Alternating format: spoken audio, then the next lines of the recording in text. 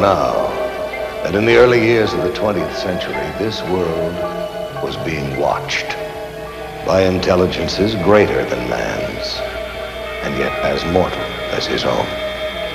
We know now that as human beings busied themselves about their various concerns, they were scrutinized and studied perhaps almost as narrowly as a man with a microscope might scrutinize the transient creatures that swarm and multiply in a drop of water.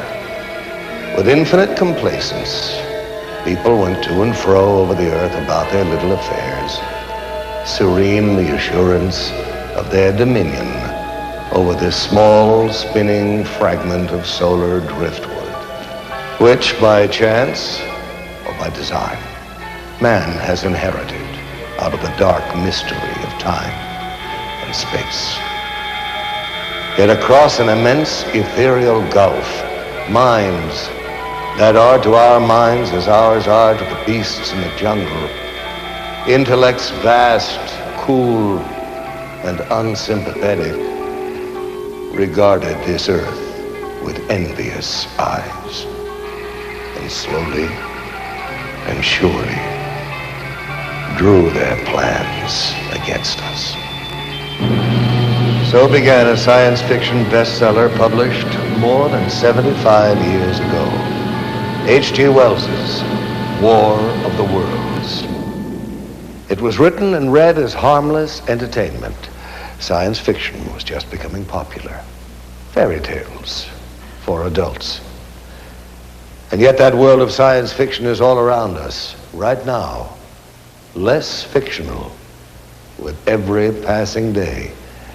The evidence is here. Our planet is indeed being visited by intelligences greater than man's. They travel in spaceships, in flying saucers. People all around the world are seeing these craft.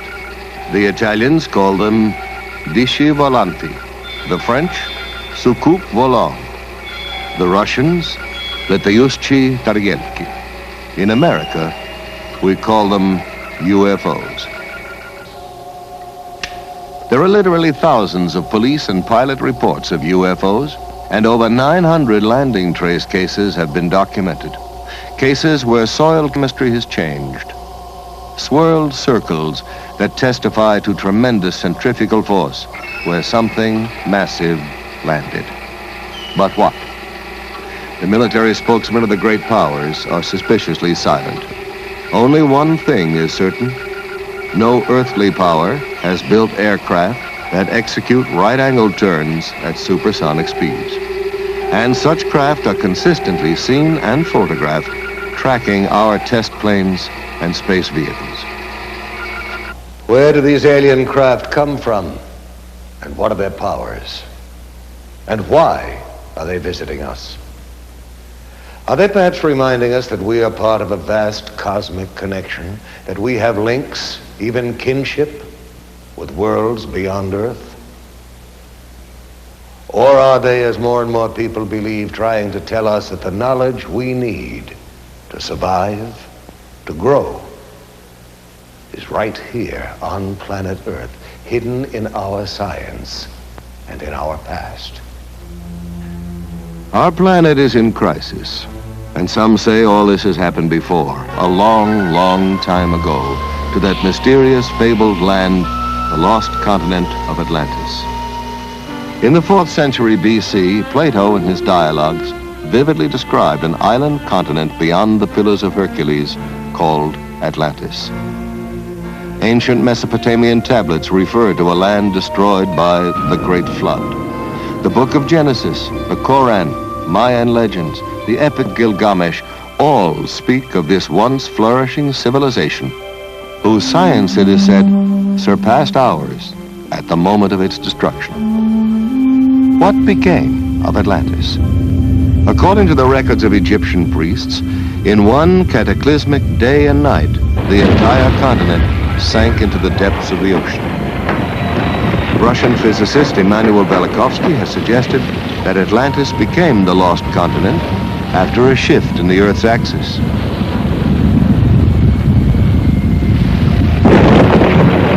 famous psychic Edgar Cayce believed that by misusing the powers of the mind and interrupting the evolution of the planet, Atlantis became the victim of its own perverted super science.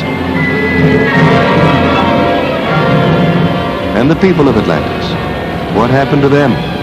Were they all destroyed? Or did some survive the Holocaust and migrate by sea and air to other lands? Did some Atlanteans retreat into the ocean and establish a magnificent undersea kingdom that still flourishes there today? Or did they, with their advanced technology, escape into outer space? And have they perhaps, since man first left records on cave walls, been returning in their spaceships to observe us as we build the new Atlantis? What evidence is there that man himself was not the sole architect of the Earth's great ancient structures? Did we indeed get a little help from our friends from space? The Great Pyramid of Giza is the height of a 40-story skyscraper. It's built with 2.25 million stone blocks, some weighing 24,000 pounds apiece. Blocks supposedly hauled hundreds of miles by slaves and beasts of burden. And what of the knowledge necessary for the construction of such a monument? We know now that the Great Pyramid was built facing true north in the exact center of the land map of the world. Not the known world of 2575 BC, but the entire world as we know it today. The only way its architects could have derived such calculations would have been to survey the Earth from high in the air, make a global map, project it flat, then draw meridians through the precise center of the map's land surface. Either that or the information was provided for them by someone else, someone capable of aerial reconnaissance. Some of the pyramids in Spanish America, land of the ancient Mayan, Aztec, and Toltec civilizations, predate even those of Egypt. Tiwanaku, the oldest city in South America, is said to have been constructed by a race of giants whose homeland was destroyed by a great flood.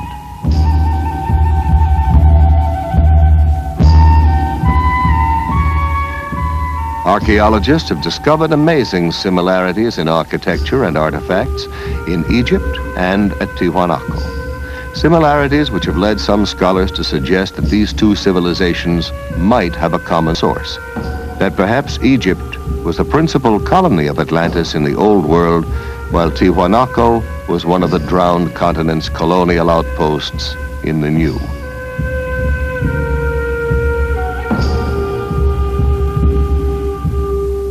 The sacred books and folklore of widely separated lands all tell of days when gods visited this planet wrapped in clouds or conveyed by fiery chariots. Are the gigantic statues on Easter Island faithful representations of ancient astronauts or Atlantean giants? And what of Stonehenge, Neolithic computer of the Druids?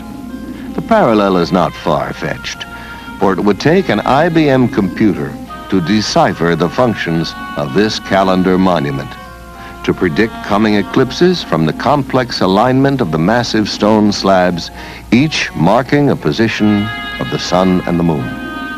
And more astonishing, the inner measurements of Stonehenge in England and the dimensions of the Great Pyramid in Egypt both indicate the precise number of days in a solar year, which seems to suggest that the architects of these distant structures had access to the same information, perhaps even worked from a master set of blueprints.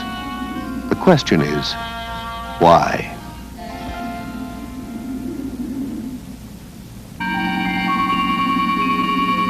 Imagine, if you will, a single team of architects traveling from continent to continent, employing local people to construct navigational aids, great beacons that could be seen from craft orbiting planet Earth.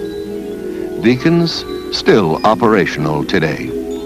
Certainly the most permanent evidence that advanced civilizations have been visiting this planet since ancient times may be seen in these time-defying monuments, a world apart.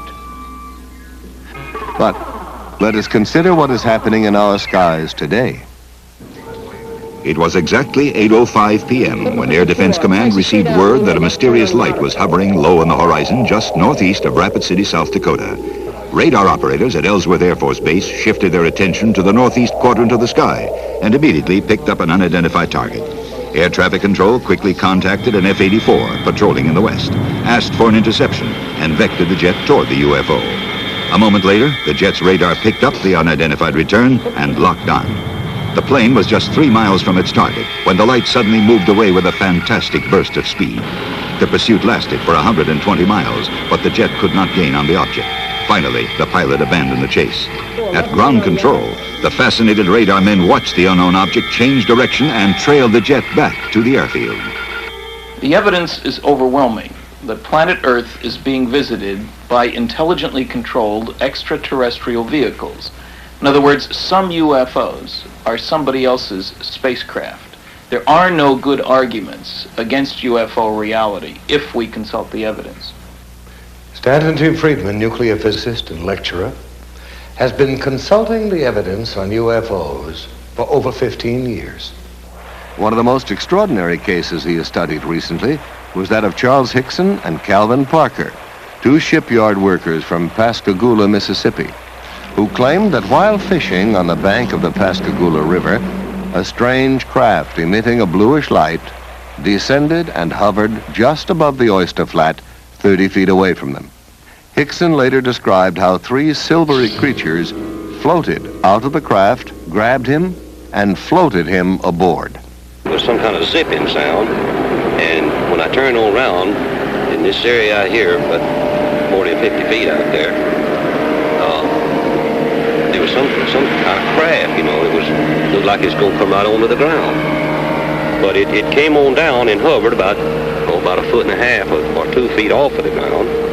But we didn't know what to do, you know. The river behind us and that out there, not knowing what it was.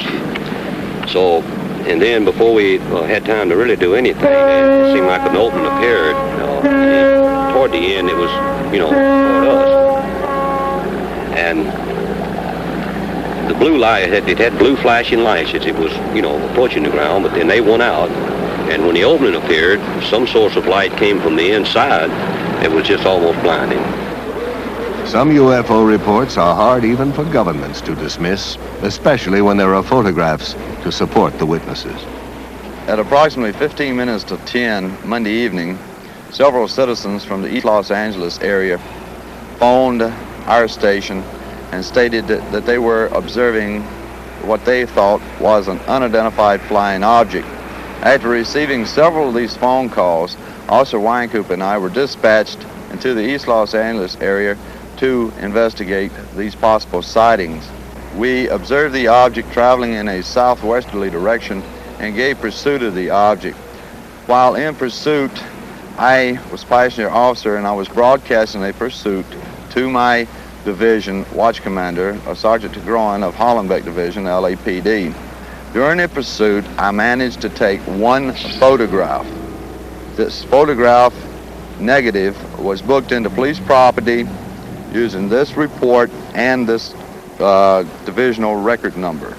The spacecraft was oval shaped on top and underneath, like a large pancake blown up in the middle. It did not have any dome like many of them have reported to have had. And it seemed to be about 200 feet in diameter and about 30 feet high. One of the best photographic sequences on record was taken of a UFO over Trindade Island off the coast of Brazil. Military and civilian observers on the Brazilian training ship Almirante Saldanha saw this metallic craft nearly 150 feet long moving in over the sea to circle the island. A professional photographer aboard the ship grabbed his camera and took these photographs, which were officially released to the world by Juscelino Kubitschek, then president of Brazil, as authentic UFO pictures. Evidence of UFO activity over water mounts steadily. Jacques Cousteau has reportedly investigated UFO sightings over South America's Lake Titicaca. Thor Heyerdahl saw strange glowing masses underwater during his famous Kon-Tiki voyage.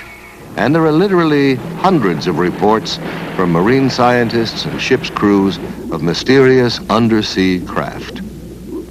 What is the connection between UFOs and water? Are extraterrestrials using the oceans of our world as highly developed bases for successive space expeditions? Or are these craft, as some people believe, piloted by descendants of Atlantean survivors who sought refuge long ago under the sea? What evidence is there to support this speculation? We now have the means to explore our ocean floors, and divers have located vast stretches of what appear to be the paving stones of giants, stones as huge as the blocks that built the pyramids, crisscrossing the ocean bed in mid-Atlantic. Archaeologists have found the walkways and pillars of an ancient sunken temple off the coast of Bimini in the Bahamas. Are these undersea structures traces of one of the cities of Atlantis? Consider the mysterious triangle-shaped area in the Caribbean Sea that extends from the edge of the Gulf Stream, about 150 miles east of Fort Lauderdale, Florida, to 40 degrees west latitude in the mid-Atlantic. Known in olden times as the Sargasso Sea, this area is a graveyard of the unexplained. It's a place where strange things happen to compasses. Strange things happen to time. Down through the centuries, this watery graveyard has claimed Spanish galleons, windjammers, steamships, supertankers, pleasure yachts, and aircraft. Almost all disappeared without trace, as if the tentacles of some mythical monster had reached out and seized them.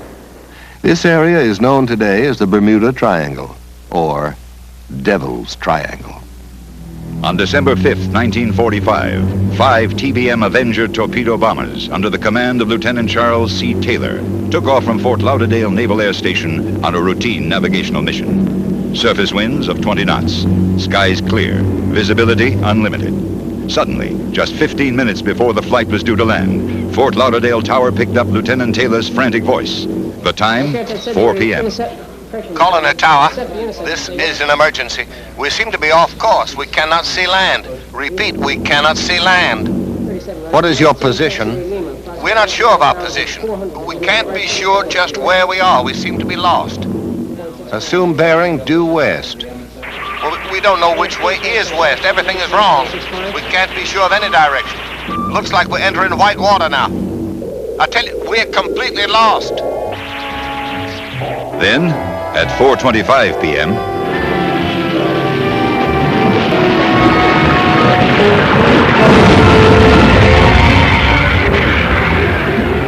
we're completely lost. And then, silence, forever. Immediately, the Navy dispatched a Martin PBM Mariner flying boat, a huge craft with electronic tracking gear, with enough fuel to remain airborne for 24 hours. Aboard, a crew of 13. By 7:04 p.m., the Mariner 2 was missing. In 3 short hours, the Triangle had literally swallowed up 6 planes and 27 trained men.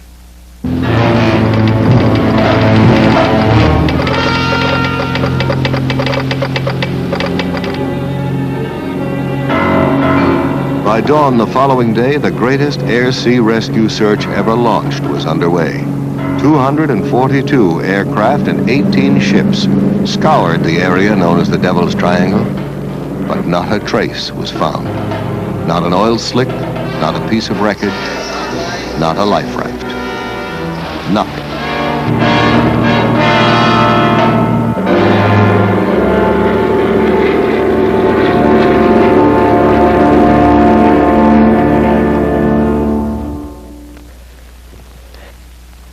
There's no comprehensive list of Triangle victims, but the litany of lost ships alone reads like a guest list from Davy Jones's locker. United States ship Nina, United States ship Grampus, the steamship Santa Clara, Star Ariel, the Home Sweet Home, the steamships Hewitt, Corner, Slocum, the Marine Sulphur Queen, the Southern District, the City Bell, the George Boston, the Raifuku Maru, and on and on and on. Ship names that descend from mythology, the steamship Rubicon, the Nereus, the Proteus, the Cyclops, the Constellation, the steamship Witchcraft. Theories about the triangle range from piracy to tunnels into other dimensions, other time zones. Physicists have suggested that the lost ships and planes may have been victims of a magnetic phenomenon that disrupts radio communications, causes flight instruments to malfunction, but there is no conclusive explanation. The ominous question remains. Is this area controlled by some unknown intelligence? We are currently spending millions of dollars exploring the ocean's bed. Project Moho drilled 600-foot shafts beneath 12,000 feet of water in an attempt to decode the mysteries of the Earth's crust. And along with archaeologists and oceanographers, parapsychologists are joining in the search to locate evidence of the legendary lost continent of Atlantis.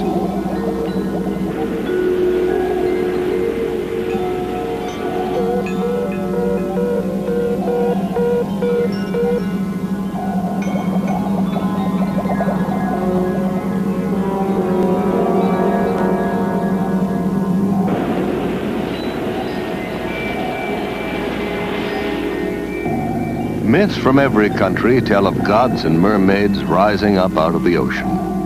What if mythology is really condensed history, and the tales of these enchanted sea creatures are in fact eyewitness reports?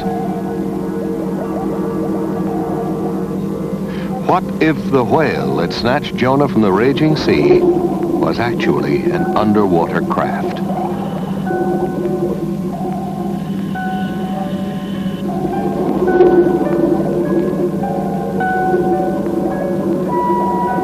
Undersea colonization may be a reality within our lifetime.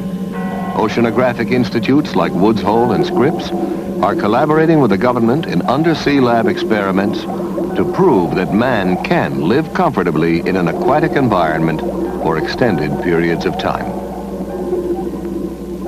In order to survive under the sea and in deep space, man is developing new tools, mind tools, telepathy, clairvoyance, psychokinesis. The young Israeli psychic Uri Geller, who's puzzled scientists with his ability to bend metal with his mind and to dematerialize objects, claims that the power to do this is channeled through him from an extraterrestrial intelligence. Well, if Geller is right, we all have a lot of new thinking to do. Meanwhile, the governments of both Russia and America are quietly sponsoring psychic research. Both countries have seriously considered using telepathy, the direct transference of thought from one mind to another, as a means of communicating with submarines and spaceships. Another country where ESP research is being carried out with the utmost objectivity is Czechoslovakia.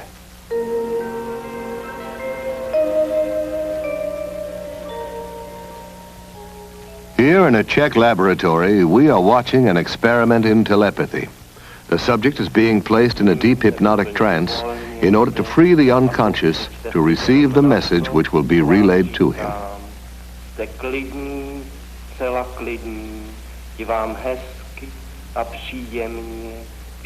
First, the subject is placed in a deep hypnotic trance.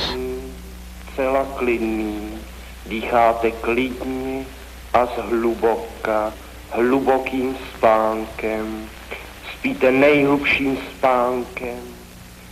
In this experiment, it is essential that there be no outside interference, that the subject's mind be clear to receive the mental message that will be flashed to him. Now the experimenter, previously unknown to the sleeping subject, selects at random an envelope which contains the name of a spice. Pepper. He tastes it, and then mentally tries to convey the actual taste of the spice to the hypnotized subject. Now the scientist is saying to him, what I taste, you also will taste. What is it? And the reply comes almost immediately, pepper.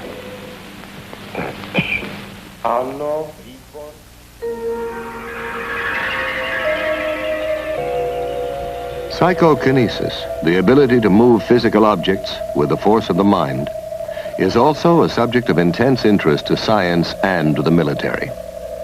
Here in Leningrad, under strictest test conditions, talented, sensitive Nina Kulagina makes the magnetic needle of a compass rotate by sheer mind energy.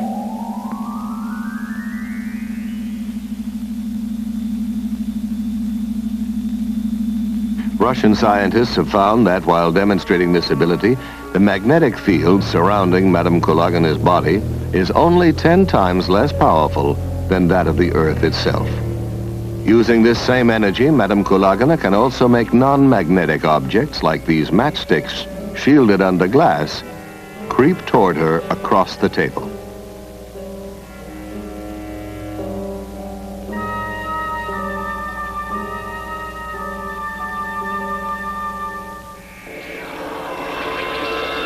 In the Philippines, psychic surgeons are reportedly performing major operations on patients without using any surgical instruments and with no form of anesthesia or bleeding control. Yet the surgery appears to be painless and paranormal healing takes place almost immediately. The most publicized of the surgeons, Tony Agpoa, is removing a pituitary tumor from the forehead of a California businessman, Donald Westerbeck, who flew to the Philippines after doctors had warned him of the risks involved in traditional surgery. Here in Westerbeck's own voice is his description of the result of his operation. When I came to the Philippines, I was very dubious about this entire process, but I felt that it would be a shame to have the operation first and find there was any truth to the Philippine phenomenon. Whatever comes out may or may not be the right kind of tissue. It may well be symbolic, but it is now 2 years since that operation, and the symptoms, which were progressing quite rapidly, have pretty much disappeared. I know that whatever happened in the Philippines had a certain effect on the progress of what was happening within my head.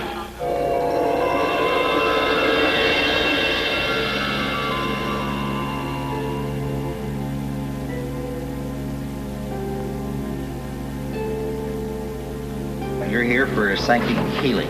We have healers here who actually laying on of the hands. Now, whatever your ailment will be affected. In some cases sooner, in some cases a little bit later. You'll be subject to psychic healing. You'll also be subject to psychic readings. They'll help us determine what your particular problem happens to be.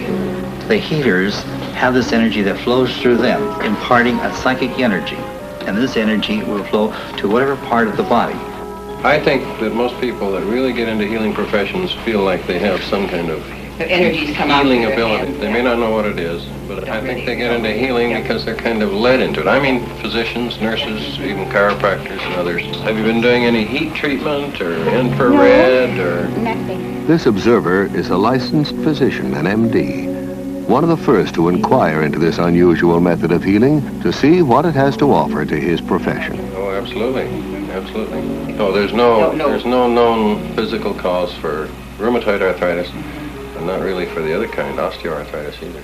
Our usual procedure is to take psychic readings.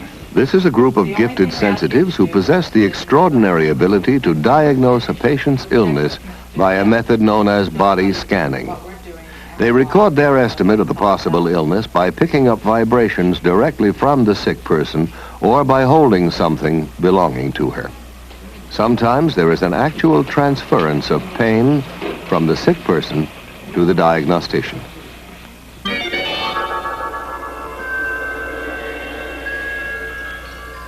The idea of an energy field or an aura surrounding the human body goes back many centuries. In biblical paintings, artists attempted to depict it by painting halos or aureolae encircling the heads of divine religious figures.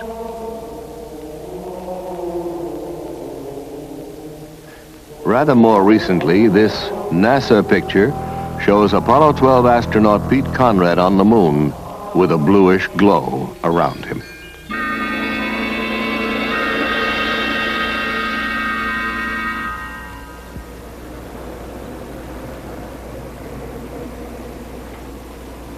The leading American center of psychic research is the University of California at Los Angeles, where research psychologist Dr. Thelma Moss is experimenting with Kirlian photography, a revolutionary technique invented by Russian scientists Semyon and Valentina Kirlian, which captures on photographic plates the aura or energy field surrounding both organic and inorganic objects. Dr. Moss, could you tell us about your research here at UCLA? We've conducted about almost every area of research in parapsychology. That includes telepathy, thoughts going from mind to mind, moving objects at a distance.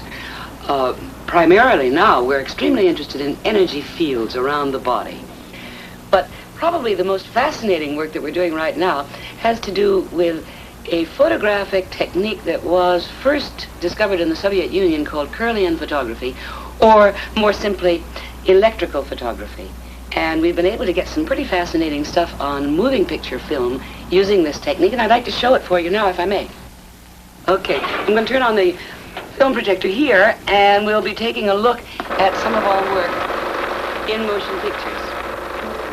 Due to the efforts of experimental researchers such as Dr. Moss, the technique of Kirlian photography may soon be of practical use in almost every area of physical science. Inorganic objects photograph very differently from organic objects. Coins have a steady corona. We get the illusion that there is movement going around it, but the actual corona itself is static and its boundaries fixed, whereas human beings show a remarkably different effect. This is the right index finger pad, and we can see how brilliantly around his finger there are flares, and the corona keeps changing its pattern. We took a young lady and asked her if she'd get drunk. Here she is, 2 finger pads on her right hand before she's had anything to drink at all, and it is rather a placid effect. After 4 glasses of champagne, we see that she's become considerably brighter, and the gaps have closed. And from the backs of her fingers are emitted sparks from time to time. After 8 glasses, she's in a much better state. From the rear projection of her finger pads, there are brilliant effects. Now we tried before and during kissing. This is the left and right, male and female, before kissing, and we can see that the coronas of both are rather dim, with a gap definitely existing between their fingers at the point where they are almost but not quite touching. These same subjects were photographed during a kiss. Their coronas have become considerably brighter and, in fact, are reaching out toward each other, perhaps the woman reaching out a bit more to the man than the man is toward the woman. Here we find an extraordinary example, which doesn't happen very often. Do you notice the red blob of light appearing between the 2 people? In anticipation, we like to think of the kiss to come. While kissing, the white and almost pink colors have become much more prominent, and it would seem the man on the left is perhaps enjoying the experience a little bit more than the person on the right.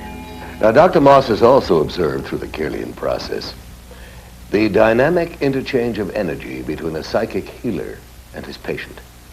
Apparently, after a healing treatment, there's a sizable increase in the width of the coronae surrounding the fingertips of the patient and a corresponding decrease in the healer's corona.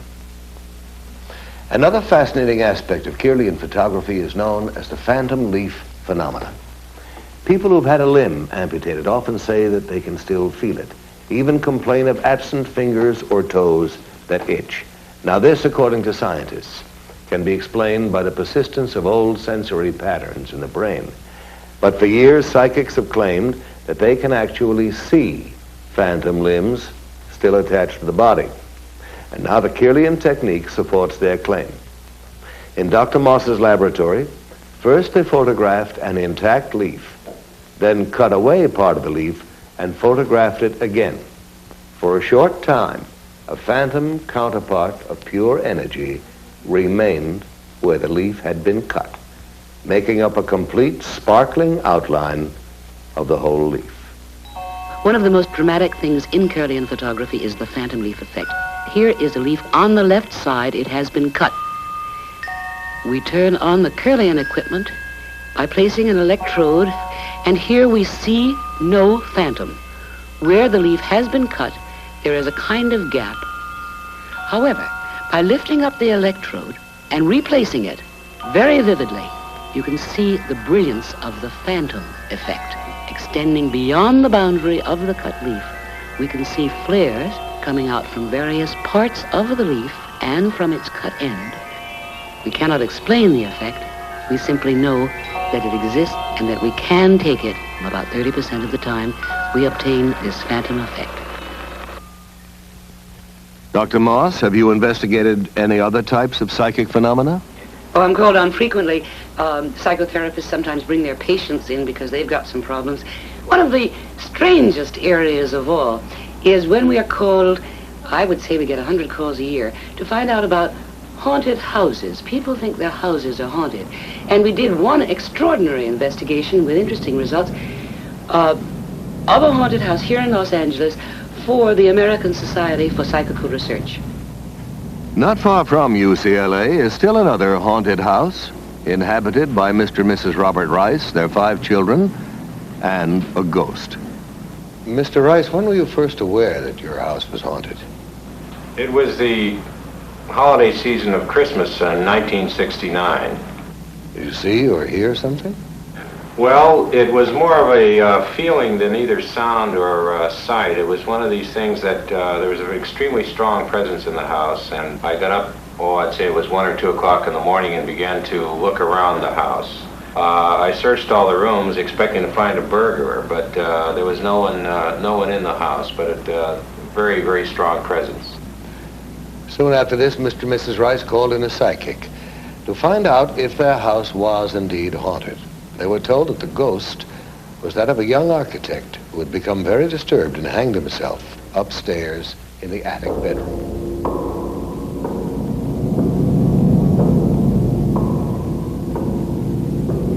Well, I was working in my studio downstairs. I'm a painter, and this individual had become such a familiar part of our family after a number of years that I more or less tried to communicate with him on working in this painting. I saw a man about 5'7", very thin, dark complected, wearing a white shirt rolled up to the sleeves, open collared dress shirt, dark pants, and black shoes. There was an immediate effect of the painting taking shape. It was almost as if it were directed, although I couldn't move my hand. It's not really a painting of him as he looks, it's more of a feeling of his personality. The California Society for Psychical Research came to the Rice's house to investigate the case.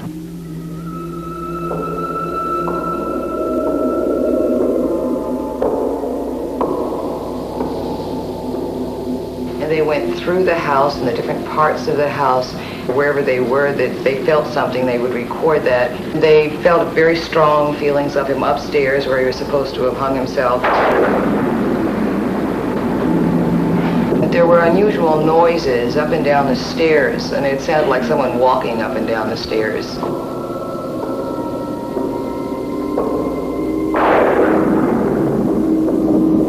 They also saw him in the same light and described him in the same manner that we had seen him.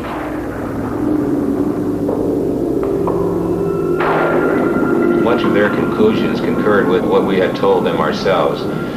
In view of the 5 children, there are absolutely no problems whatsoever. They're very aware of what's happened. It really doesn't bother them. They're used to the idea. We've never been afraid of him, and it's never bothered us living here, and we've been here for 5 years. Actually, we've kind of enjoyed having him as a silent member of the family.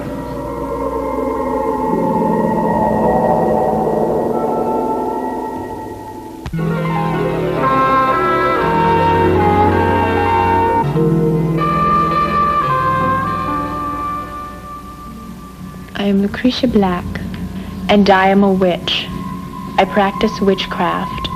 I have always been a witch.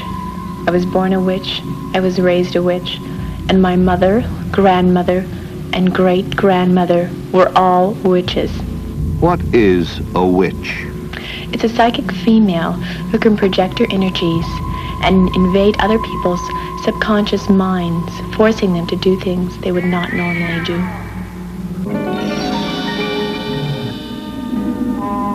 This is Witches' Mill in England, where in the Middle Ages, witches practiced their ancient art. There are witches who worship nature spirits and use plants and herbs to make potions for the sick. Witches who cast spells to dry up a neighbor's cow or blight his crop.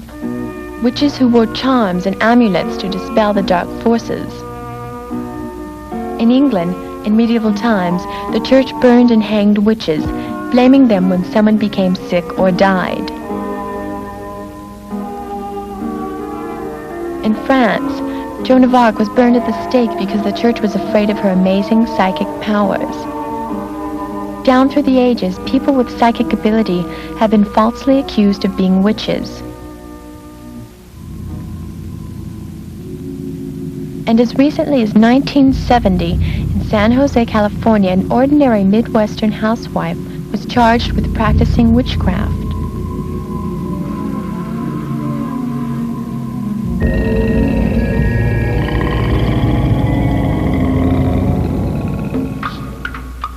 For years, we have seen people lying on beds of nails or walking on sword blades, and we've thought it was magic or fakery.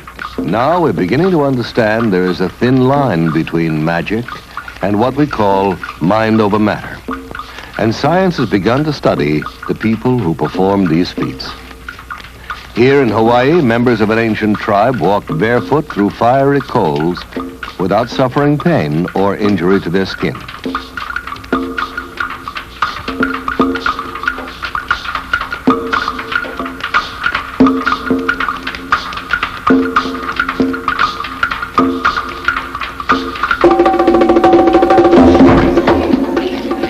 All around the world, highly specialized rituals are performed that tug at the deepest unreasoning levels of the human mind. In Brazil, voodoo cults still flourish. Ceremonies are enacted where voodoo priests invoke the spirits of the dead to take vengeance on the living. Animal sacrifices, chanting, and beating drums incite the crowd to near hysteria.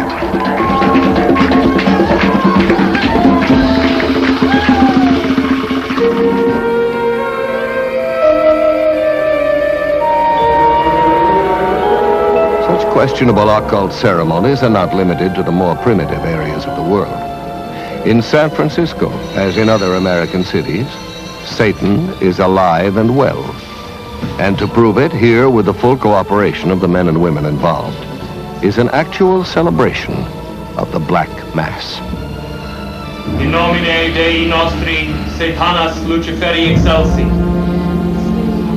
In the name of Satan, the ruler of earth, King of the world, open wide the gates of hell and come forth to greet me as your brother and friend. Grant me the indulgences of which I speak, for I live as the beasts of the field, rejoicing in the fleshly life. I favor the just and I curse the rotten. By all the gods of the pit, I command that these things of which I speak shall come to pass. Blessed are the strong, for they shall possess the earth. Cursed are the weak, for they shall inherit the yoke. Blessed are the bold, for they shall be masters of the world. Cursed are the righteously humble, for they shall be trodden under cloven hoofs.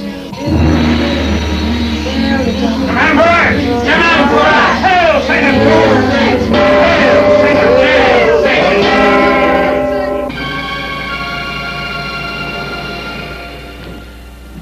Some people still allow themselves to be seduced by the theatrics of dark and sterile practices. But most of us are reaching out to a new, exciting future. There is now a generation born to the knowledge that man can leave the earth. A generation prepared, even eager, for contact from beyond Earth. And we're beginning to explore inner space to learn about the amazing psychic potential of the human mind. Where then do UFOs fit into our newly expanding awareness of the paranormal? Perhaps investigative reporter Ralph Blum, author of Beyond Earth, a book about man's contact with UFOs, could answer that question for us. Mr. Blum, what do you think about the UFOs? I think we have to consider them as an example of Murphy's Law. Murphy's Law says that if something can possibly happen, it will. There doesn't seem to be much doubt that UFOs are happening, that they are real physical objects occupying both physical space and time. But the data also implies that UFOs may not actually fly here over vast, enormous distances, but simply materialize here, function as physical craft while in our atmosphere, and then dematerialize. I've interviewed Air Force pilots whose mission was to acquire UFO footage, men who've tracked and photographed UFOs and then just watched them vanish. Professor J.H. Bruning of the University of Mississippi has pointed out how closely a UFO experience resembles a psychic event.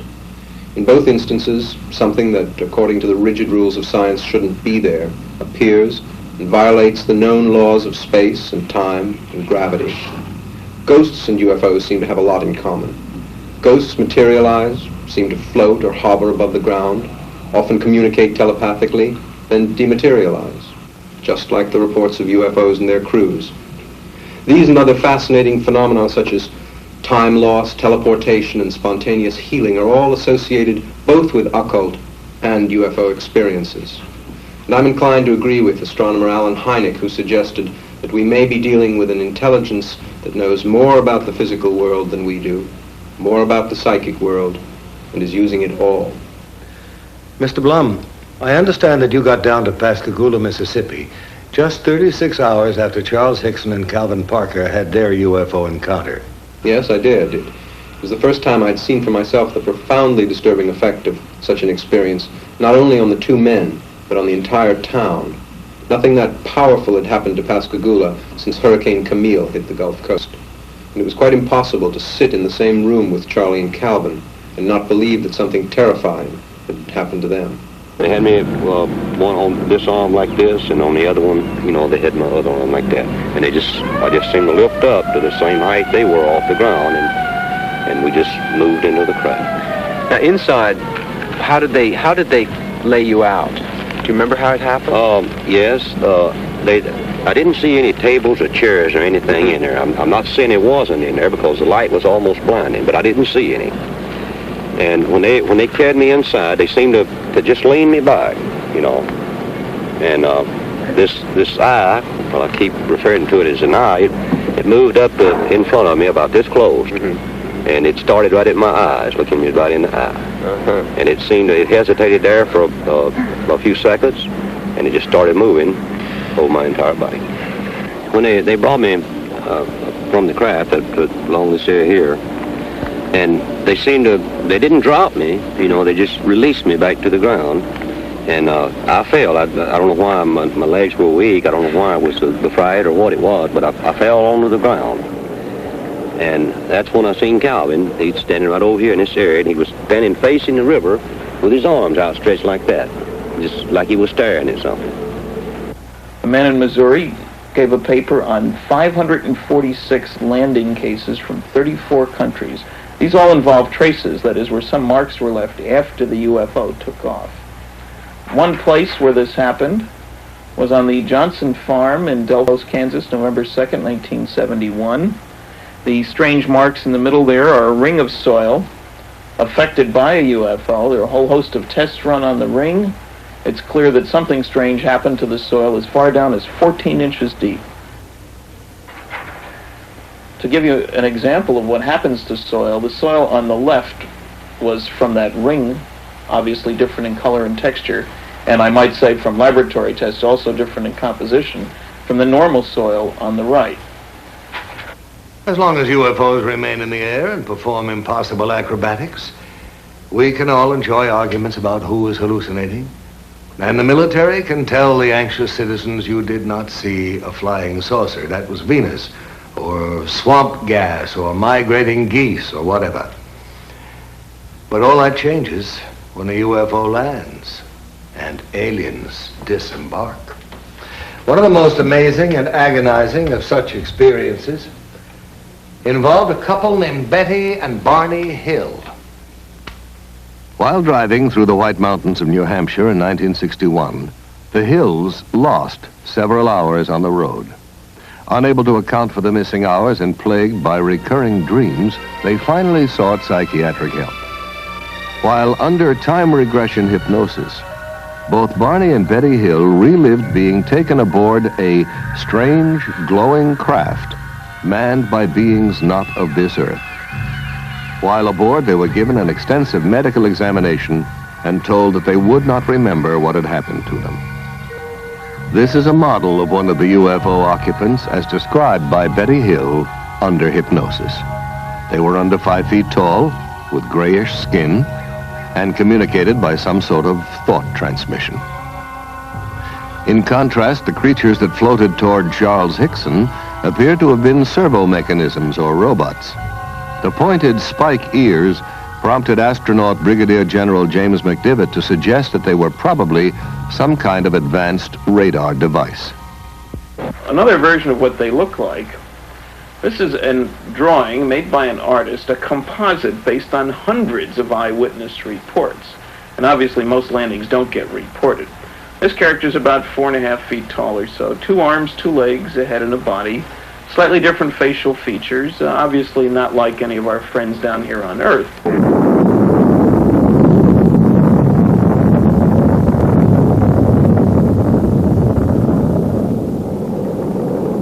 However, there are definite parallels in behavior.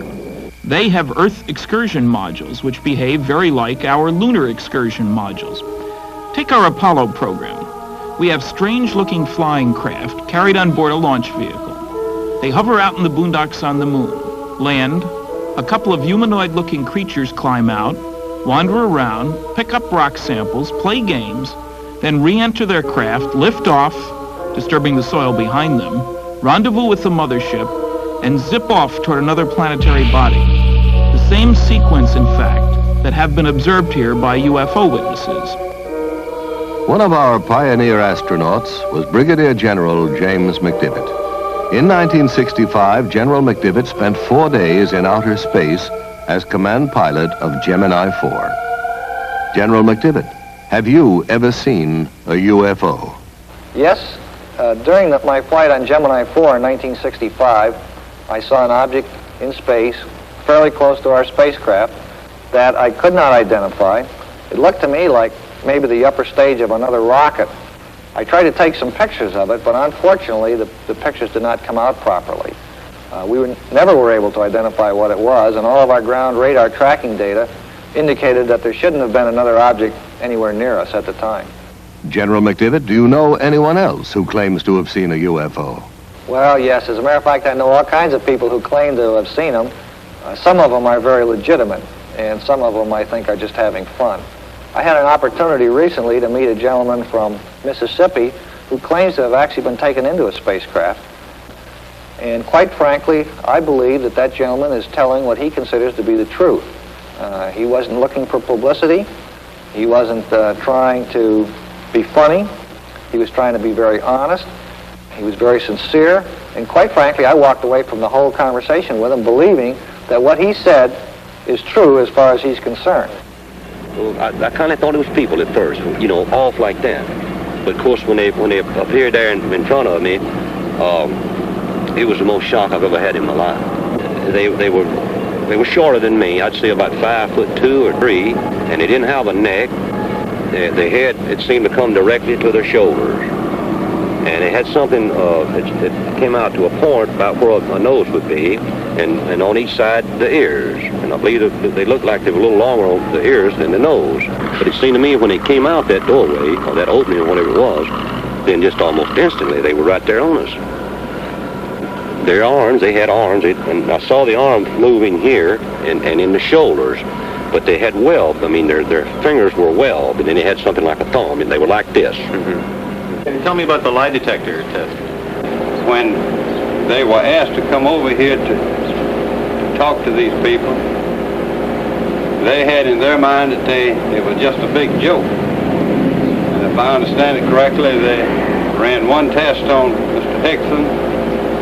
The machine showed that he was telling the truth.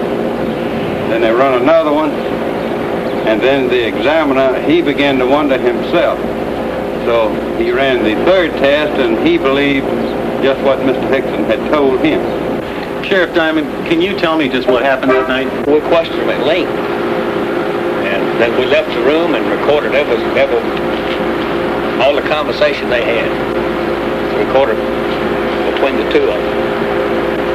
And one of them kept wanting to pray. And he said, after all I went through on this earth, I said, why should I have to see something like this? Calvin Parker, I was questioning him, and at one time he wanted to climb the wall. That's how nervous and how shook up he was.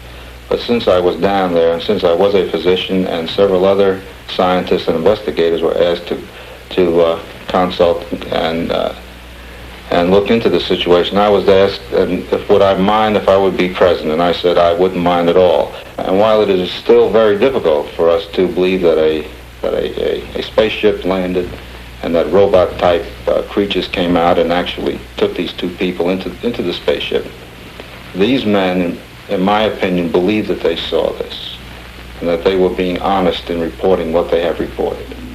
Charles Hickson's story is not unique.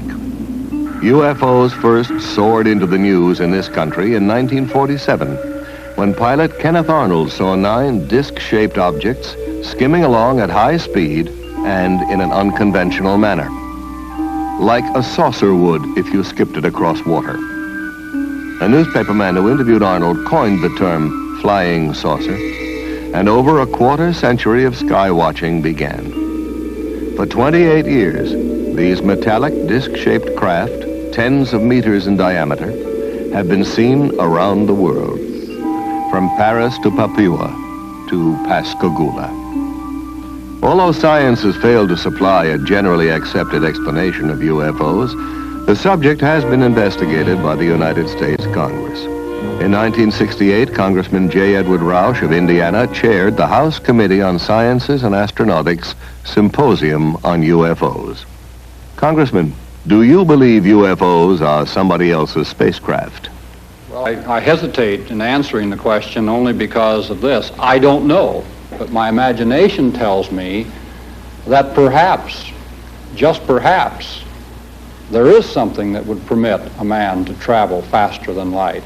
Perhaps there is something that would permit an intelligent form of life from another planet revolving around another star to make that long trip.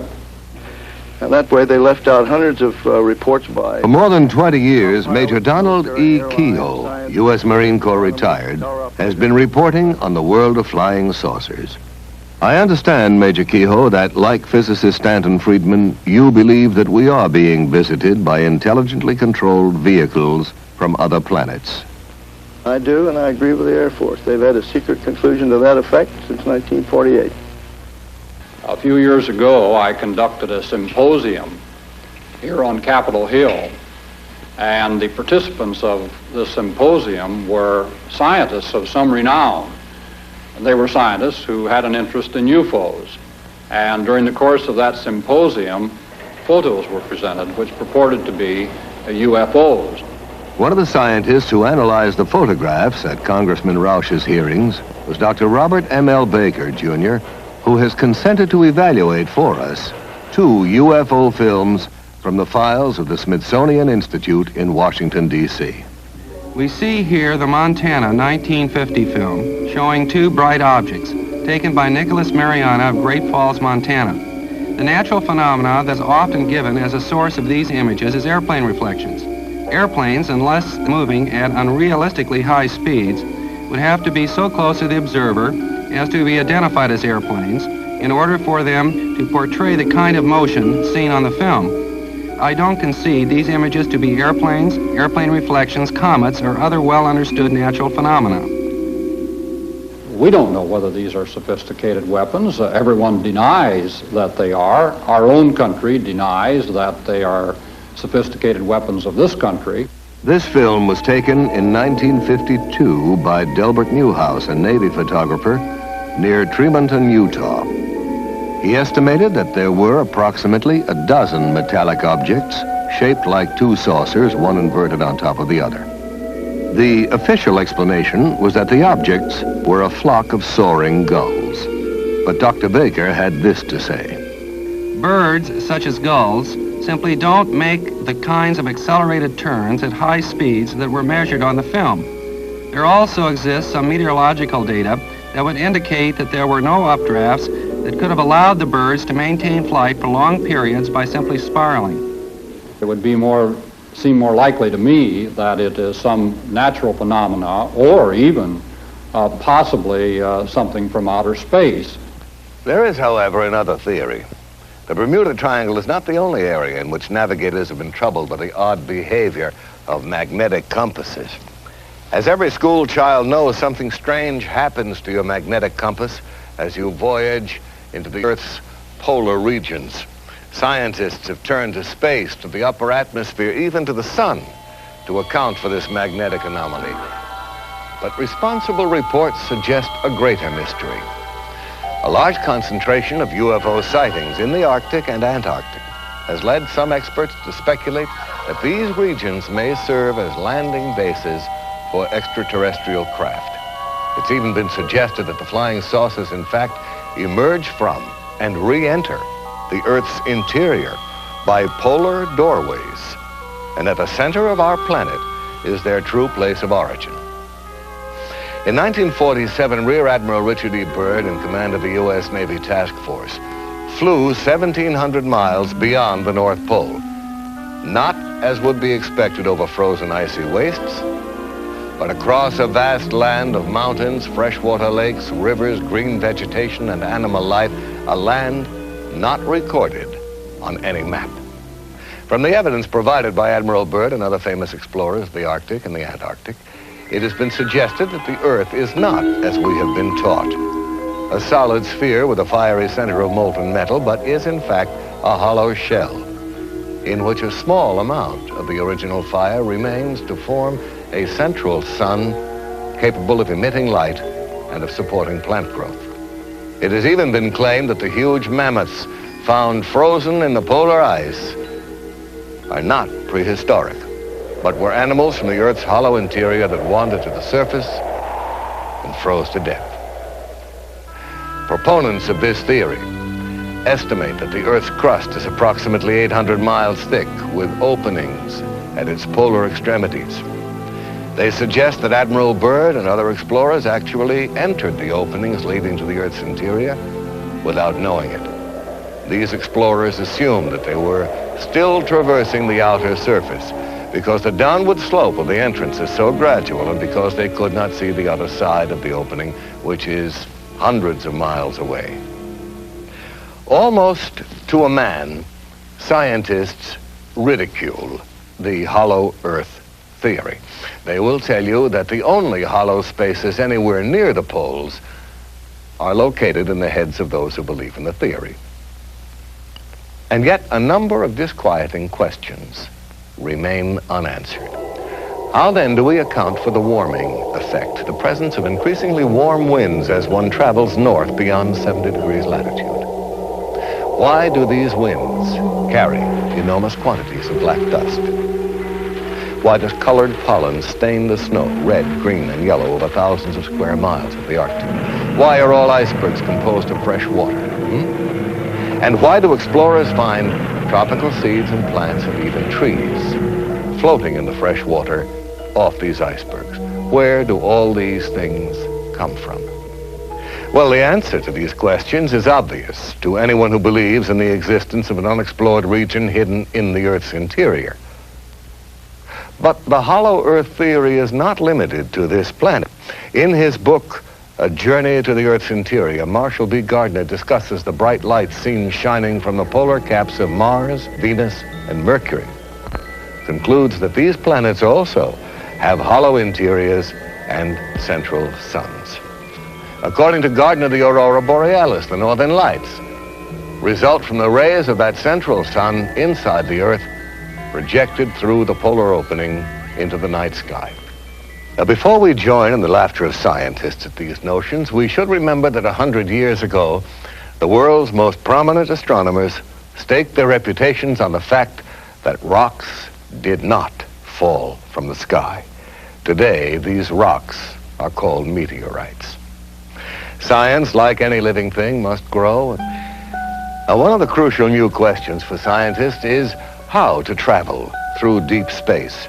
Are there cosmic arteries, openings maybe in the fabric of the space-time continuum? In the past, man ascribed immortality to the stars. But now we know that, like ourselves, stars are born, grow old, and eventually die. At the end of their lifetime, stars only a little heavier than our sun suddenly blaze up in a supernova explosion, becoming giant galactic flares that collapse into white dwarfs and then eventually burn out to become black dwarfs, each about the size of the Earth. If the star is somewhat heavier, it will collapse to a much smaller and far more compressed neutron star about 10 miles in diameter. But what happens to stars at least 3 times the size of our sun? Those which do not reach a quiet old age as a neutron or dwarf star. Scientists believe that the collapse of these enormous stars is so powerful that once it begins, nothing can ever stop it. They continue to shrink until the gravitational field surrounding them is so strong it becomes completely closed off from the rest of space. Nothing that enters this region can ever escape, not even light. And so these stars become invisible black holes in the fabric of space. Stars that have blinked out and died, yet are still there, exercising a devastating effect on every particle of matter that enters their gravitational fields. Where gravity is so intense, it warps space, imprisons light, halts time. Astronomers are now speculating about the possibilities of huge rotating black holes in which the tremendous distortion of time and space is so extreme as to generate a passageway to another world.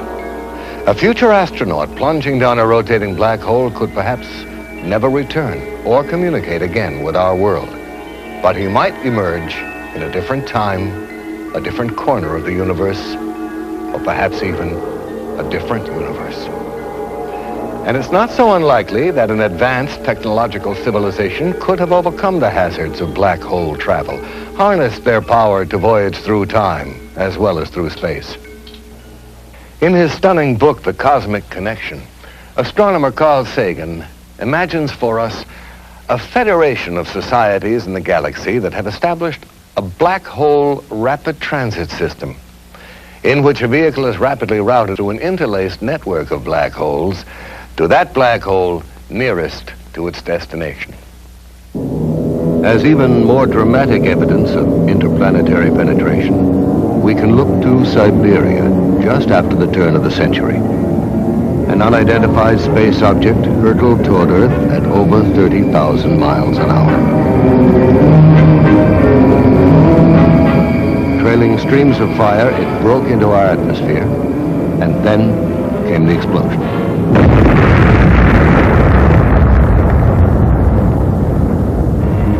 Equal in force to a thermonuclear blast.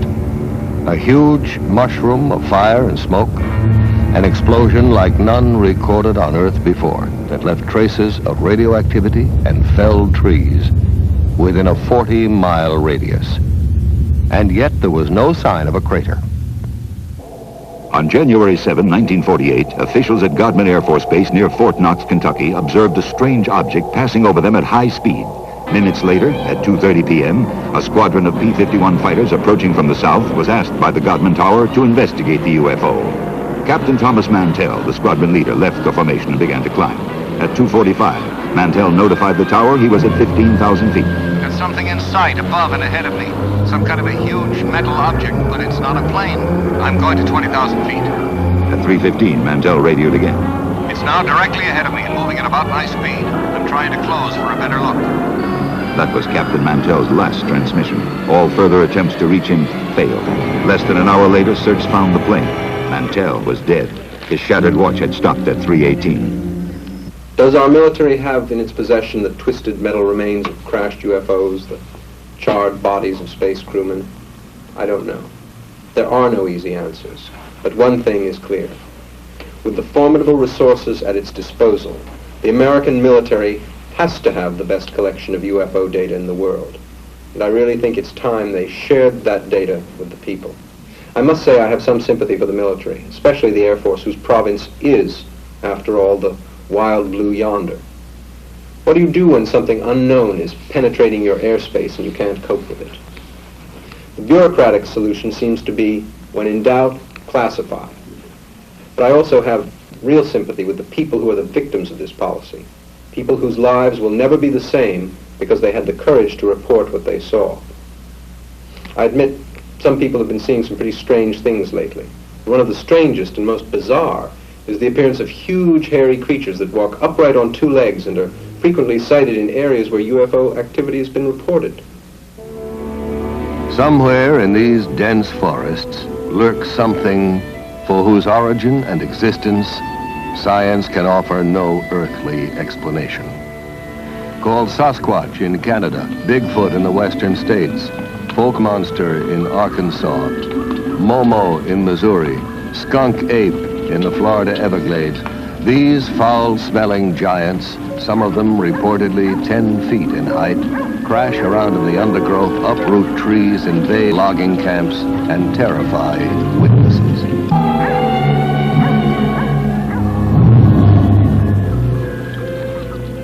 What are these creatures? Where do they come from? How did they get here? Recently, an astonishing number of Bigfoot reports have coincided with UFO sightings and landings. Are the UFOs dropping these creatures here to see if they can live on our Earth? And why has no one found any bones or the remains of one of them? Do these giants, as psychic Peter Herkus claims, decompose into powder when they die? Or are they perhaps picked up again by the UFOs to be examined in alien laboratories?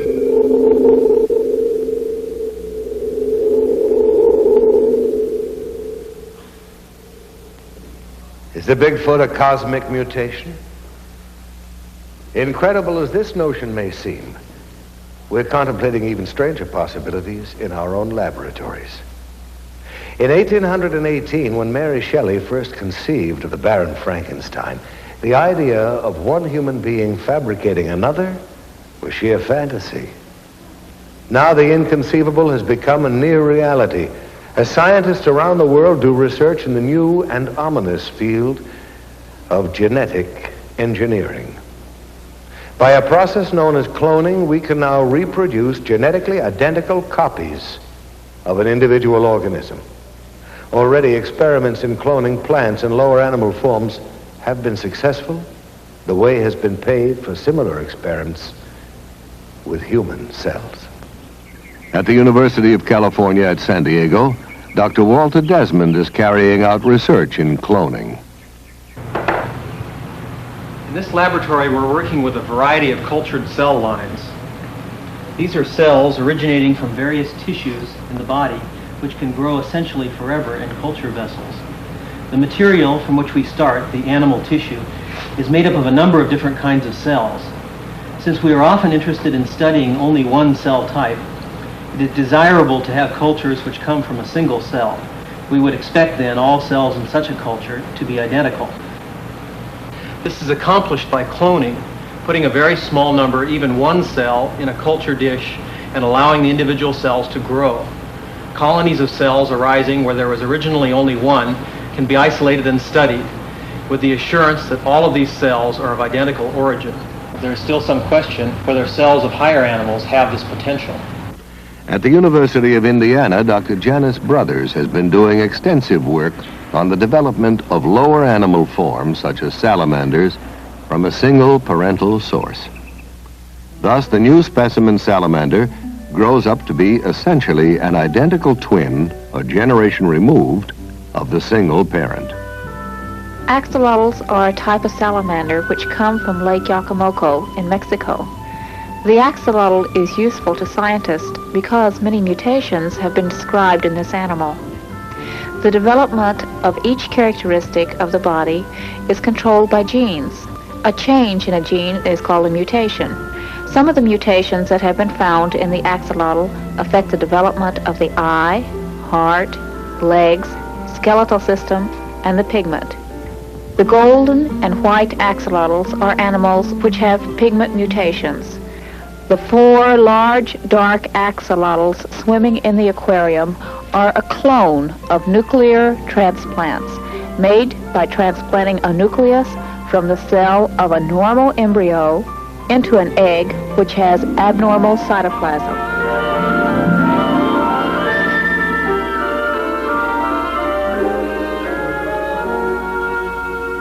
First, man thought that only man possessed communication systems. Then we made friends with the dolphin. And now plants take their place among the communicating life forms of this planet. Since 1969, Marcel Vogel, a senior research chemist at IBM, has been actively engaged in the study of man-plant communication. Vogel believes not only that plants respond to our thoughts, but that they are supersensitive instruments for measuring our emotions. Working with green, broad-leaved houseplants like this philodendron, Vogel wraps a copper wire around the plant and attaches a small stainless steel electrode to the plant leaf. The wire is then hooked up to an amplifier and polygraph recorder, and he is ready to establish a stable baseline, a sort of plant heartbeat on the graph. One of the earliest experiments that we did was the threat of attacking. With the help of his assistant, Chuck Magnosa, Vogel will now attempt to project thoughts of attack and then monitor the plant's response. So what I'd like to have you do, Chuck, is to build a strong thought form of an attack. Chuck, think a strong thought of attack and then commit the act on the plant. Any shift of the needle on the graph is regarded by Vogel as a response from the plant. When the needle jumps wildly, it is the electrical equivalent of a human scream. Next, we will see both Marcel Vogel's and the plant's response to his assistant, Tom Montalbano's directed thoughts. Both the plant and Marcel Vogel are tied into the narcophysiograph biofeedback machine. This is the plant response telemetered through the stainless steel electrodes. Here is Marcel's galvanic skin response. This trace is Marcel's pressure and his cardiovascular relaxation and tension of the blood vessels. This trace is the temperature variation coming from Marcel's hand. As you can see, it's lowering. Now be quiet. Now I'll focus into you, Tom. Tom, do you like women? Definitely. Now it's responding to you. And this time I'll focus on to your liking of women.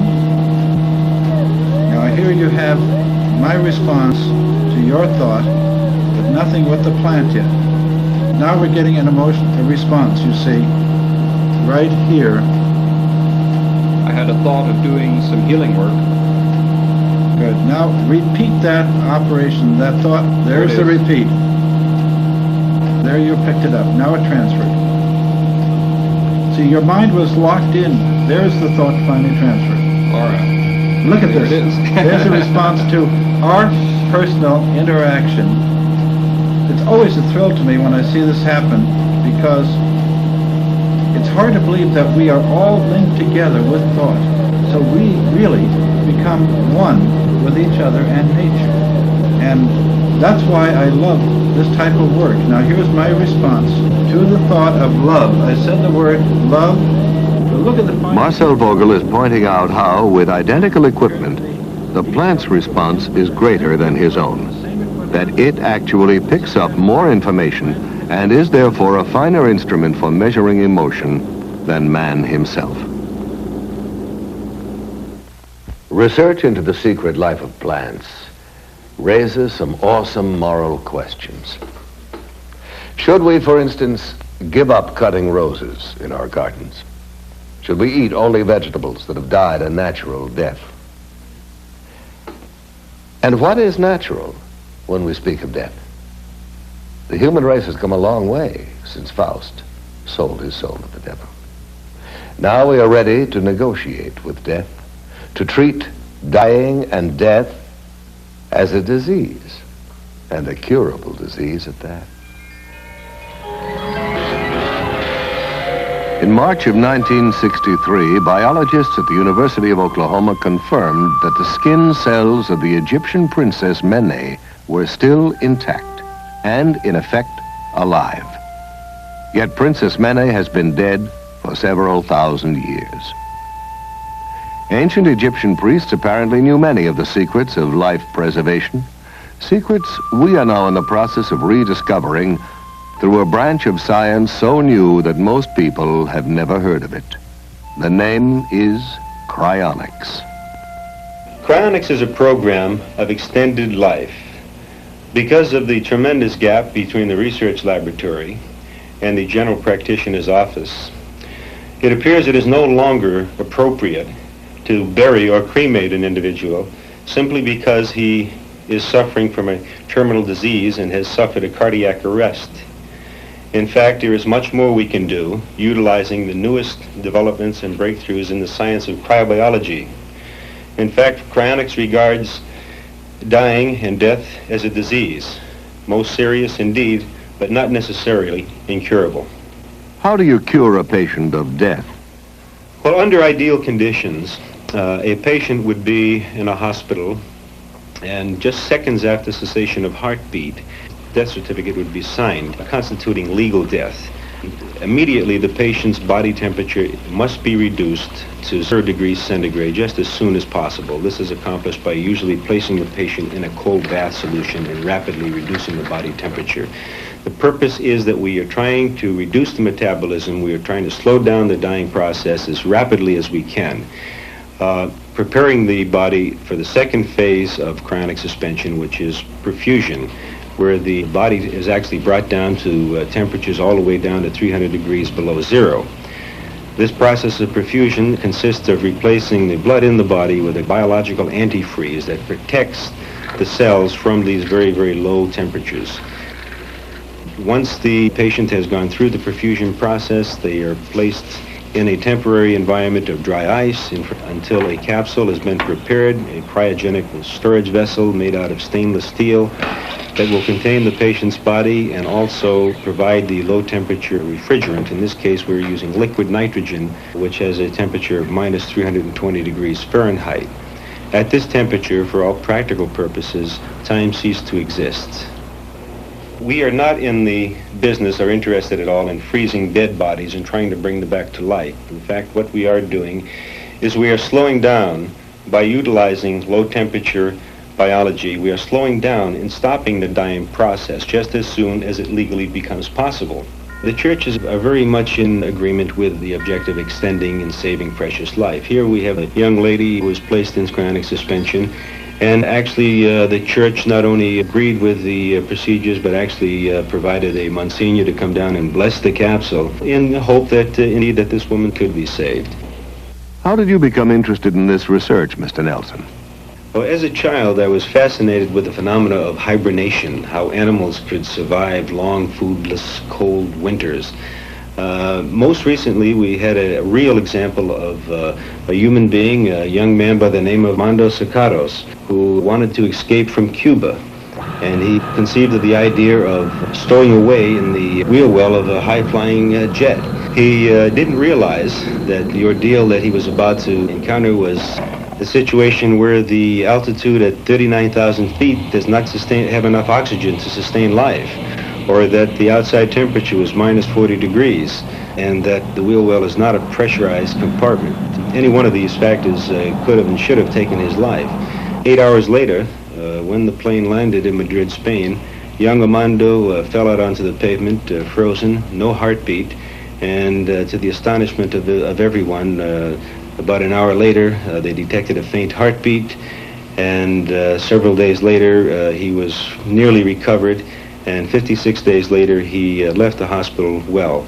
Scientists from around the world came and examined the young man, marveled at what he did could not be done by their present understanding, and the ultimate conclusion was that Armando Sacaros was indeed the first artificially induced case of human hibernation.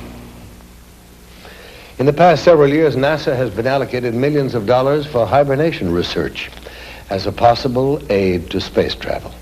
Now, personally, I think it would be a very brave man who would agree first to be frozen alive and then sent out in a rocket to Mars. Is it possible, in fact, Mr. Nelson, for people to be cryonically suspended while they are still clinically alive? Not legally in this country today, in my opinion. We often have requests from patients, terminal patients, who are suffering terribly from cancer or other diseases, and who would like to have their bodies cryonically suspended as soon before they suffer the final stages of death and the agony and so on. However, it is not possible because of the legal definition of death. The process cannot be started until cessation of heartbeat. But it definitely would be to their advantage biologically, medically, and I hope someday that we will be able to actually apply these procedures to patients when they are in a terminal condition, if that's what they desire. To some people, this is one of the most gruesome, I might even say chilling, developments of the biological revolution.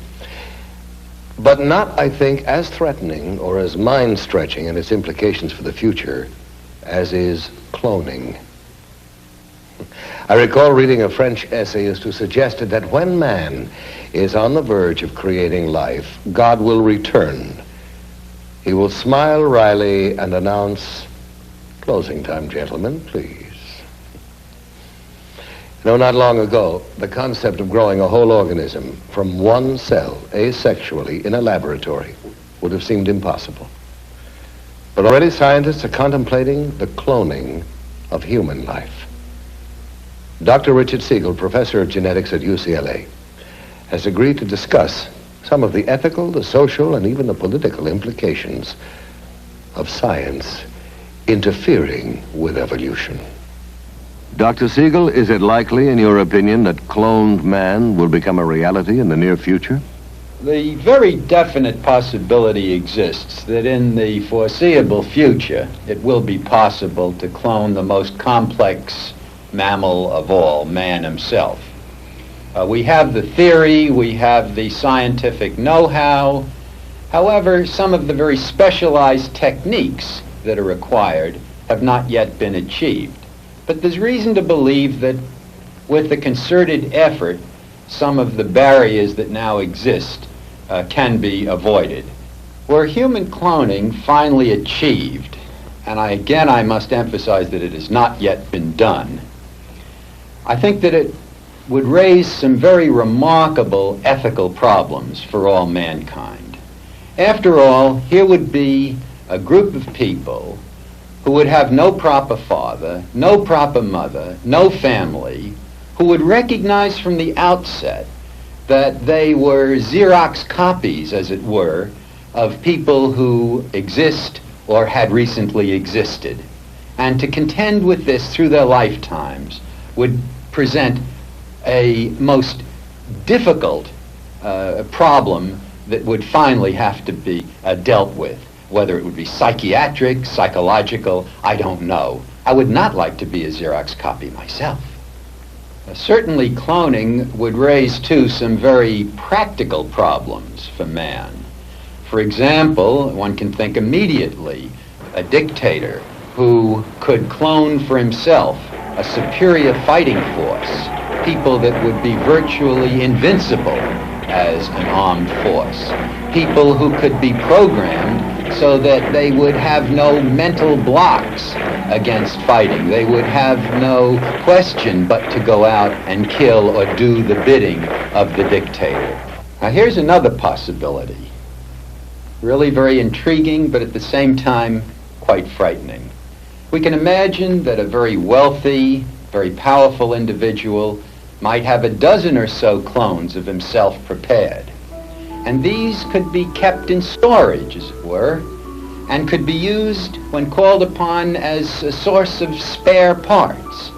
For example, when this wealthy old man's heart began to give out, he could get a new heart, a transplant, from one of his cloned copies. And there would be no danger whatsoever of transplant rejection. The heart would be destined to take and would function normally. Similarly, in the case of some horrible accident, if a leg were removed or horribly damaged in the case of the wealthy man, a spare part again could be taken from a cloned copy, and this could be used to function. But here's the question. What do we do with the copy? from whom the spare part has been removed. What indeed would we do with all those pieces and parts and almost persons? What would we call the debris? Has man become too arrogant?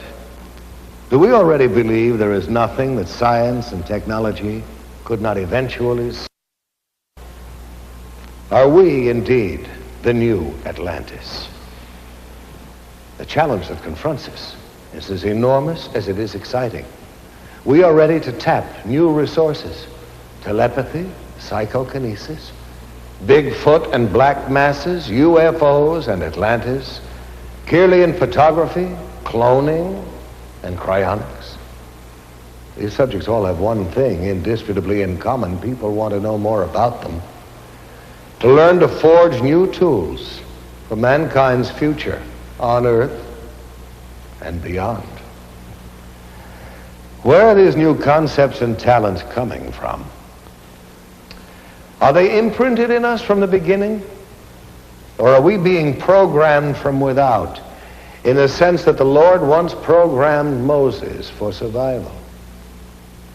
Are some of us again in contact with angels, technological angels, if you like, who are better at the game and wiser? I don't know. I think that they know more of what's going on down here on this earth than we think.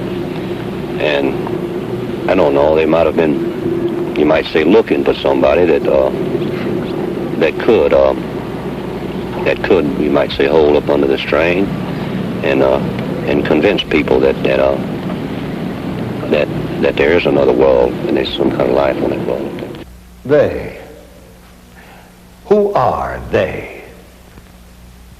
Well, we're living in a troubled time.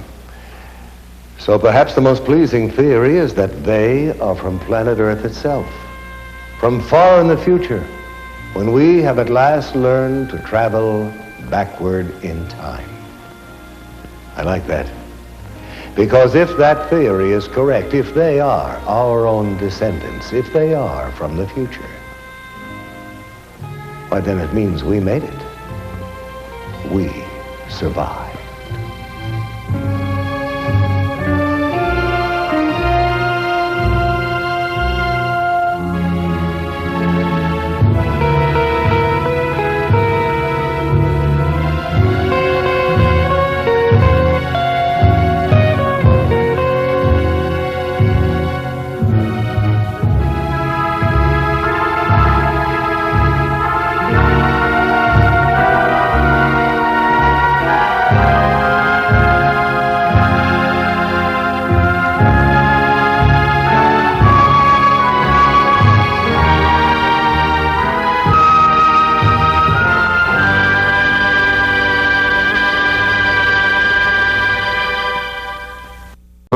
And establish a magnificent undersea kingdom that still flourishes there today? Or did they, with their advanced technology, escape into outer space? And have they perhaps, since man first left records on cave walls, been returning in their spaceships to observe us as we build the new Atlantis? What evidence is there that man himself was not the sole architect of the Earth's great ancient structures? Did we indeed get a little help from our friends from space? The Great Pyramid of Giza is the height of a 40-story skyscraper. It's built with 2.25 million stone blocks, some weighing 24,000 pounds apiece. Blocks supposedly hauled hundreds of miles by slaves and beasts of burden. And what of the knowledge necessary for the construction of such a monument? We know now that the Great Pyramid was built facing true north in the exact center of the land map of the world. Not the known world of 2575 BC, but the entire world as we know it today. The only way its architects could have derived such calculations would have been to survey the Earth from high in the air, make a global map, project it flat, then draw meridians through the precise center of the map's land surface. Either that or the information was provided for them by someone else, someone capable of aerial reconnaissance. Some of the pyramids in Spanish America, land of the ancient Mayan, Aztec, and Toltec civilizations, predate even those of Egypt. Tiwanaku, the oldest city in South America, is said to have been constructed by a race of giants whose homeland was destroyed by a great flood.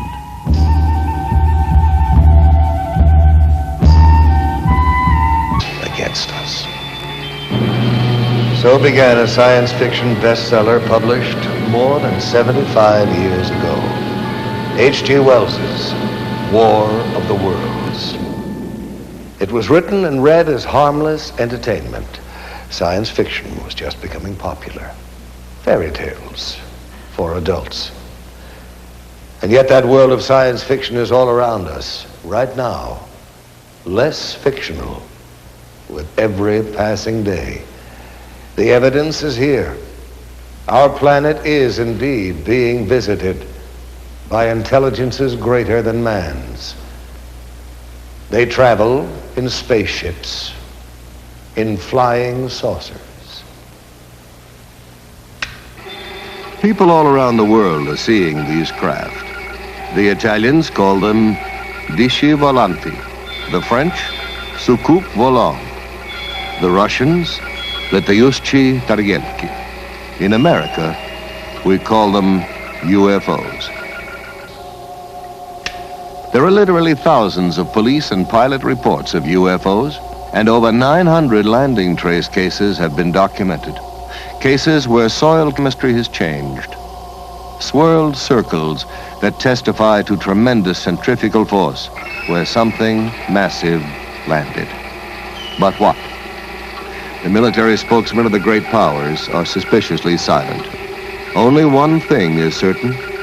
No earthly power has built aircraft that execute right-angled turns at supersonic speeds. And such craft are consistently seen and photographed tracking our test planes and space vehicles. Where do these alien craft come from? And what are their powers? And why are they visiting us? Are they perhaps reminding us that we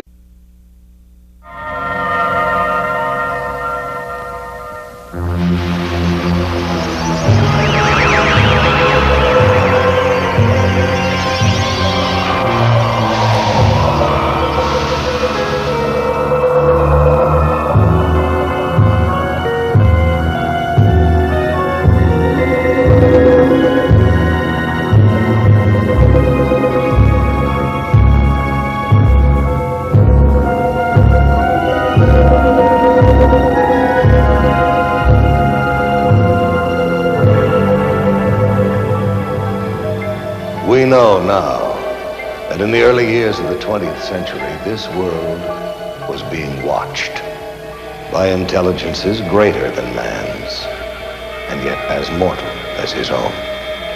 We know now that as human beings busied themselves about their various concerns, they were scrutinized and studied, perhaps almost as narrowly as a man with a microscope might scrutinize the transient creatures that swarm and multiply in a drop of water. With infinite complacence, people went to and fro over the earth about their little affairs, serene in the assurance of their dominion over this small spinning fragment of solar driftwood, which by chance or by design, man has inherited out of the dark mystery of time and space.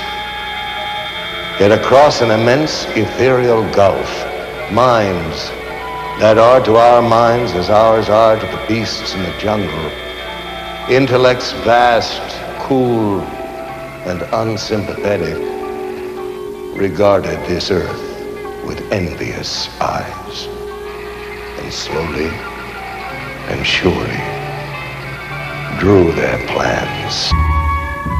Archaeologists have discovered amazing similarities in architecture and artifacts in Egypt and at Tiwanaku. Similarities which have led some scholars to suggest that these two civilizations might have a common source. That perhaps Egypt was the principal colony of Atlantis in the Old World, while Tiwanaku was one of the drowned continent's colonial outposts in the new.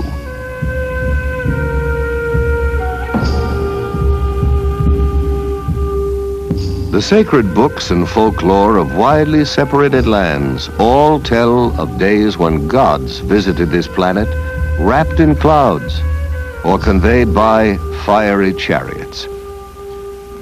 Are the gigantic statues on Easter Island faithful representations of ancient astronauts or Atlantean giants?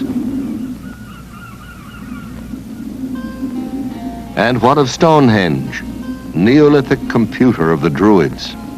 The parallel is not far-fetched, for it would take an IBM computer to decipher the functions of this calendar monument, to predict coming eclipses from the complex alignment of the massive stone slabs, each marking a position of the sun and the moon.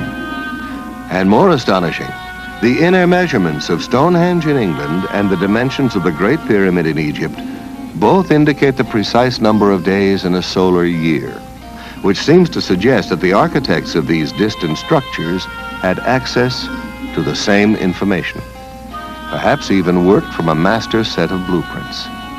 The question is, why?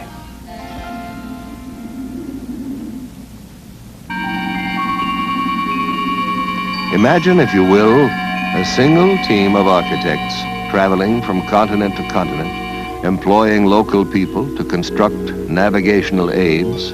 We are part of a vast cosmic connection, that we have links, even kinship, with worlds beyond Earth? Or are they, as more and more people believe, trying to tell us that the knowledge we need to survive, to grow, is right here on planet Earth, hidden in our science and in our past? Our planet is in crisis, and some say all this has happened before, a long, long time ago, to that mysterious fabled land, the lost continent of Atlantis. In the 4th century BC, Plato in his dialogues vividly described an island continent beyond the Pillars of Hercules called Atlantis. Ancient Mesopotamian tablets refer to a land destroyed by the Great Flood. The Book of Genesis, the Koran, Mayan legends, the epic Gilgamesh, all speak of this once flourishing civilization, whose science, it is said, surpassed ours at the moment of its destruction. What became of Atlantis? According to the records of Egyptian priests, in one cataclysmic day and night, the entire continent sank into the depths of the ocean. Russian physicist Immanuel Velikovsky has suggested that Atlantis became the lost continent after a shift in the Earth's axis.